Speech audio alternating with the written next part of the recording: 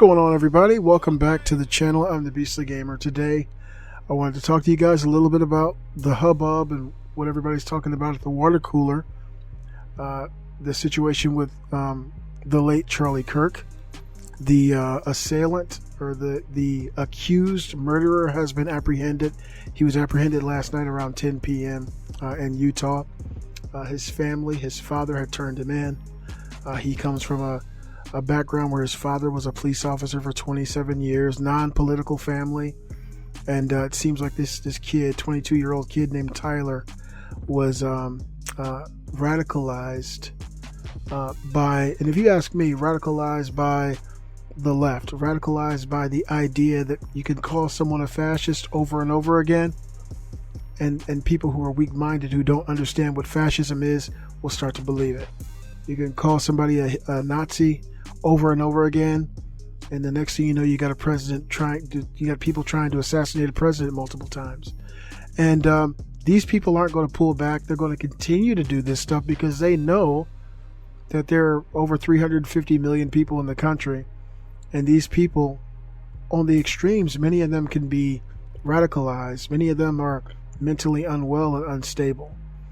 And so I want to talk to you guys a little bit about that. Before I get into that, I wanted to address a little bit of I guess, the social aspect of what's been going on with the left versus right.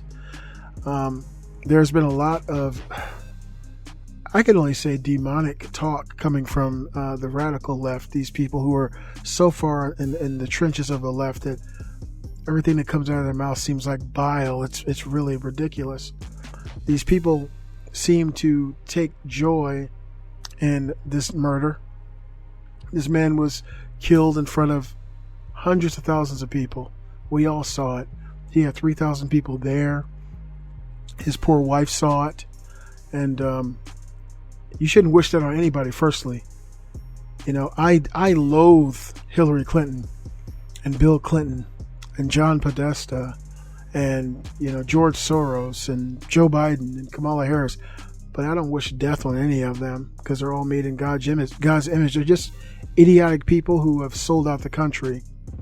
Barack Obama, I don't wish death on these people. And, even when Joe Biden was sick and losing his mind, I felt bad for him. I didn't want him to, stroke out on TV or pass out and die in front of the world.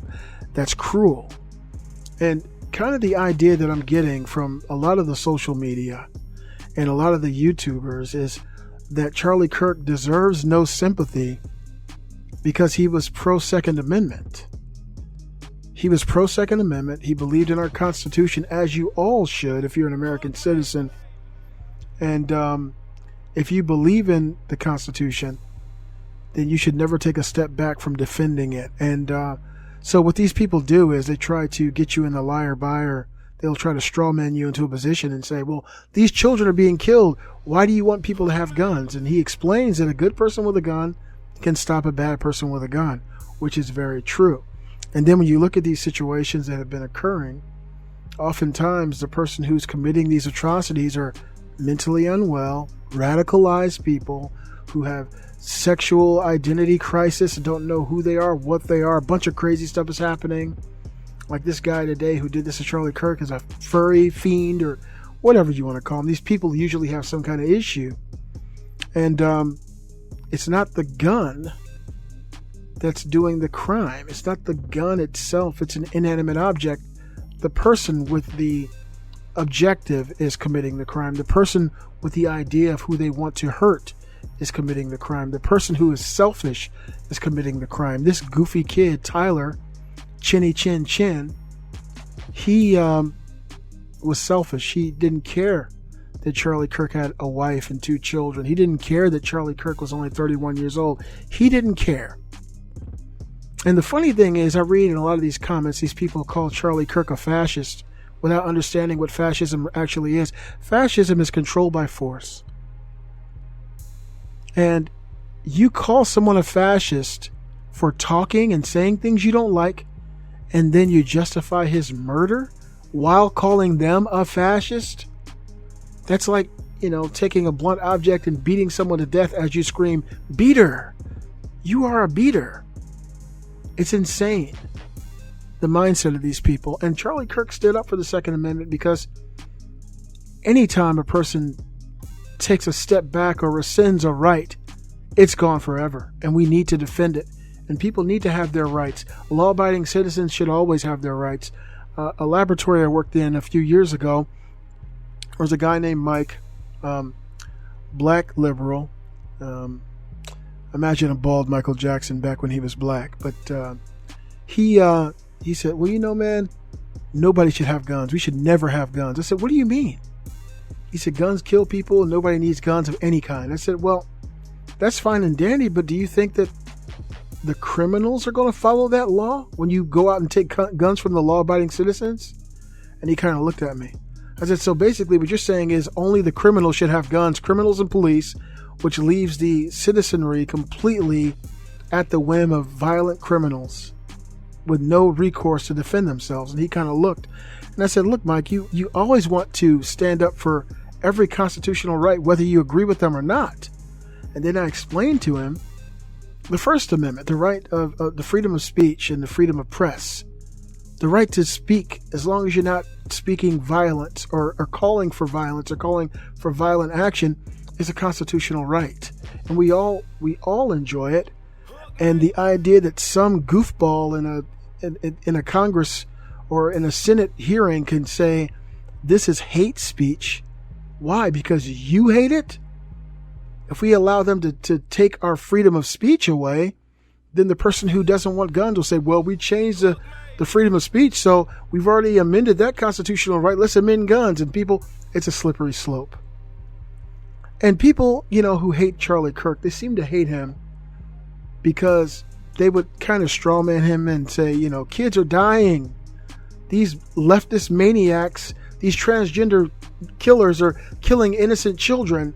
Why do you want anyone to have guns? And he says, well, good people with guns can stop them. And you don't want to take guns from people who are law-abiding. And a lot of the left sees that as, a retort that doesn't make sense. But it absolutely does make sense. And I have experience with this. My baby brother, his name is Isaiah Chapman. He died at 30. He died on April 7th, 2020. He introduced me to my wife.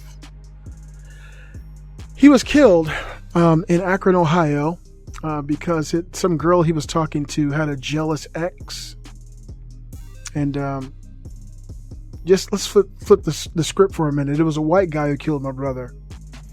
His name is Chris Blower.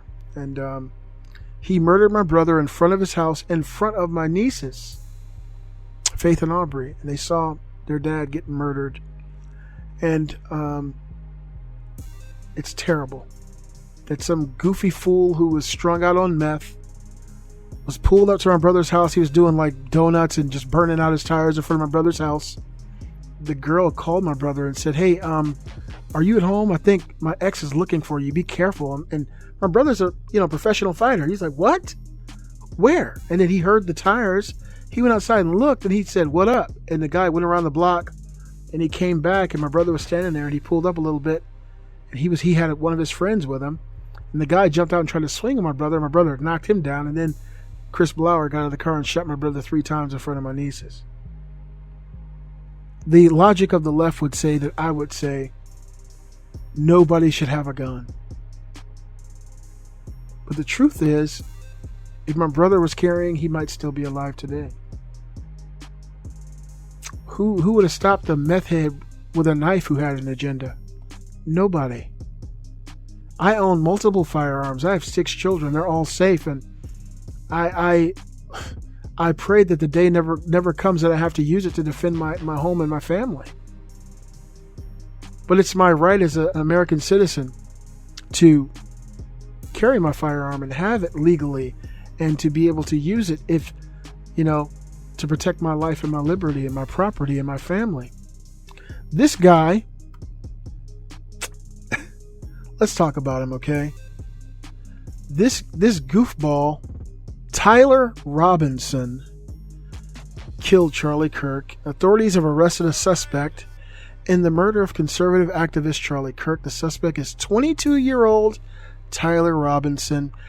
Kirk, 31, was shot and killed Wednesday while speaking to a crowd of about 3,000 people at Utah Valley University. He is in custody. State and federal officials made the announcement at a press conference Friday morning. President Trump confirmed the news in an interview on Fox and Friends before the press conference began. I was actually in my laboratory listening when Trump went on there and said he's highly confident of this clown being in custody. And this is what we know right now. At a press conference Friday, authorities identified the suspect as 22-year-old Tyler Robinson from Utah. They said he acted alone. And look at that. It's always something in the eyes. These kids are being radicalized. They're being radicalized, guys. When you have CNN and MSNBC and ABC and TYT and leftist media calling American citizens they disagree with Nazis, calling Americans they disagree with fascists, right? And repeating it over and over and over again. And you got young, impressionable, and weak-minded individuals like Tyler here watching the news, believing, like it was for me in the 80s, that the news told the truth. They start to believe it. They become radicalized. And what do you expect when you say a president is a threat to the nation? When you say that he is a natural-born threat to the nation, when you say that Charlie Kirk is a fascist, he's a white supremacist, and you smear these people and you slander these people over and over and over again, you are breeding these type of individuals. Utah Governor Spencer Cox said Thursday evening, a family member of Robinson's reached out to a family friend who contacted law enforcement and reported Robinson had confessed to them or implied that he was the shooter. Robinson's roommate also spoke with investigators and showed them messages from him on Discord. These messages discussed a rifle wrapped in a towel, a unique scope on the rifle, and engravings on the bullets. And the engravings are very disturbing too. This guy, it doesn't get more evil than this, you know, to go and to do this to someone, to end their life, to steal their life. And like I told my wife, I didn't know Charlie Kirk. You know, I actually met the president, met a lot of conservatives, and that was in 2019. But I never met Charlie Kirk. But seeing this happen and listening to his message and understanding the kind of man he was and the man he is, it hit home in a way that I just did not expect. Continuing on, a family member told investigators Robinson had become more political in recent years. I wonder why. And Robinson had mentioned that Kirk was coming to UVU. The family members of Robinson voiced his dislike of Kirk, saying he was full of hate and spreading hate. That sounds like it's parroted from the left, from the media. And if you go on any of these leftist channels and look in their comments, they're still saying the same thing. The same family member said that Robinson drove a gray Dodge Charger. Investigators say Robinson arrived on campus in a gray Dodge Charger. And the messages, listen to these. Inscriptions were also found on the 3 unfired casings. One read, "Hey fascist, catch," with an up arrow, a right arrow, and 3 down arrows. The second one said, "Oh, Bella Chow, Bella Chow, Bella Chow, Chow, Chow." And that has something to do with furries. I wouldn't know. It's something I heard from Megyn Kelly. And the third one read, "If you read this, you are gay." And this kid just looks so lost. You know, 22 years old. I got a 24-year-old. If my son was losing his mind, I would probably notice. I want to be present in my son's life. And I'd want to reach him and be able to mentor him and be able to talk to him if he felt like things were that bad. And it's unfortunate this has happened. And now we get accountability. We get accountability. For the guys in the comments who don't like the fact that I have sympathy and empathy for someone made in the image of God who preached the scripture and loves Jesus, I don't care if you don't like it. If you're a black person and you can't stand the fact that I'm defending someone who doesn't look like me, I don't care. I'm defending righteousness. I'm defending what is right. This man didn't deserve to die. He was killed by a white man. How about that? I don't want the world to devolve into a satanic evil cauldron. And we used to be a very spiritual people. And I would like to think that our great grandparents, if they had heard a situation like this happen to a guy who talked about God every single day, that they would pray for him and they would pray for his family. And that's precisely what I'm going to do. I'm not a part of the cult. You know, I get these comments from these young men and women. I'm tap dancing for some white people. Call it what you want. I really don't care. I'm not trying to fit in with you and your ideas of the world. I'm a grown man. I'm almost 50 years old. I don't care what you think. I've raised 6 people. I have a legacy. I have a wonderful family. I love Jesus. And I don't care what you think. I'm not a part of the leftist cult. I'm not a believer in the Democrat ideology. I think that Americans should come first. I believe in Christian conservative values. And that's that. Donald Trump gave me that hat. And I'm forever grateful. I got the other one signed upstairs in an acrylic box. And that's who I am. If you don't like it, tough. If you got something crazy to say, you can say it right now. But when I see it, you'll never be speaking to me again on YouTube. And I really don't care. Evil is evil. What this guy did was evil. This guy took away a father from a 1-year-old and a 3-year-old, a boy and a girl. This guy took away a husband from a wife who loved him. For speaking. Those are the facts. For speaking. And I don't care if you don't like his message. You probably don't understand his message if you don't like it. If somebody comes out and said, you know, the left says, trust the science, and then turns around and says men are women, that's oxymoronic. If the left comes out and says things like that and Charlie Kirk comes and rebuts it with facts and science and logic, you guys think he's a fascist and a Nazi. I would say I probably agree with Charlie Kirk on 80% of the stuff he talks about. The love of Christ, the importance of men being masculine and being strong in their faith, women finding a Christian man to follow, traditional values, homeschooling your children. I believe in all that. I believe that transgenderism is a mental disorder.